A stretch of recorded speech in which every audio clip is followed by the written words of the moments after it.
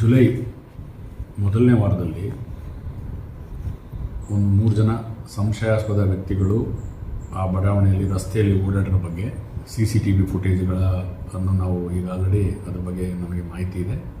ಮತ್ತು ಅದನ್ನು CCTV footage ನೋಡಿದಾಗ ಅವರು ತಲೆಗೆ ಟೋಪಿ ಹಾಕ್ಕೊಂಡು ತಮ್ಮ ಮುಖನ ಸ್ವಲ್ಪ ಮರೆಮಾಚಿಕೊಳ್ಳುವಾಗಿ ಪ್ರಯತ್ನ ಮಾಡ್ತಿರೋದು ಸಹಿತ ನಮ್ಮ ಗಮನಕ್ಕೆ ಬಂದಿದೆ.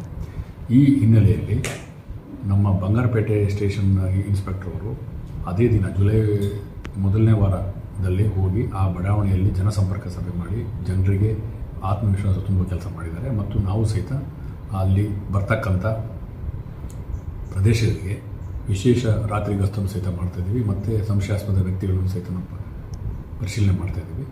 ಯಾವುದೇ ಈ ಥರ ಮಾಹಿತಿಗಳಿದ್ದರೆ ಸಂಶಯಾಸ್ಪದ ವ್ಯಕ್ತಿಗಳು ಮಾತಾಡಿದ್ದು ಓಡಾಡಿದ್ದು ತಮ್ಮ ಹತ್ರ CCTV ಫುಟೇಜ್ ಇದ್ದರೆ ಪೊಲೀಸರಿಗೆ ನೀವೇ ಎಲ್ಲರೂ ಕೇಳ್ಕೊತೀನಿ. ಪೊಲೀಸ್ ಇಲಾಖೆ ಆರೋಪಿಗಳನ್ನು ಪತ್ತೆ ಮಾಡೋಕ್ಕೂ ಸಹಿತ ನಮಗೆ ಆಲ್ರೆಡಿ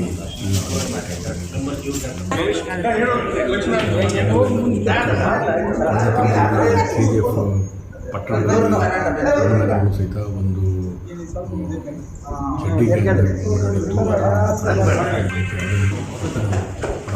ಎದಿರಲಿಲ್ಲ. ಅವರೇನು ಒಳಗಡೆ ಕಳ್ಳರು ಮನೆ ಒಳಗೆ ಪ್ರವೇಶ ಮಾಡಿರಲಿಲ್ಲ, ಯಾವುದೇ ಸೊತ್ತು ಸಹ ಕಳ್ತನ ಆಗಿಲ್ಲ. ಆದರೂ ಸಹ ನಾವು ಅದರಲ್ಲಿ ಪ್ರಕರಣ ತೆಗೆದುಕೊಂಡು ಇತ್ತೀಚೆಗೆ ಮಂಗಳೂರು ನಗರದಲ್ಲಿ ಇಂತಹದೇ ಕೃತ್ಯ ಎಸಗುವ ವ್ಯಕ್ತಿಗಳನ್ನು ಬಂಧಿಸಿರುತ್ತಾರೆ, ಮಂಗಳೂರು ಪೊಲೀಸರು ಬಂಧಿಸಿರುತ್ತಾರೆ ಅಂತ ನಮಗೆ ಮಾಹಿತಿ ತಿಳಿದುಬಂದು ತಕ್ಷಣ CPI ರಾಬರ್ಟ್ಸನ್ ಪೇಟೆ ಅವರನ್ನು ಅಲ್ಲಿಗೆ ಕಳಿಸಿದ್ದೀವಿ.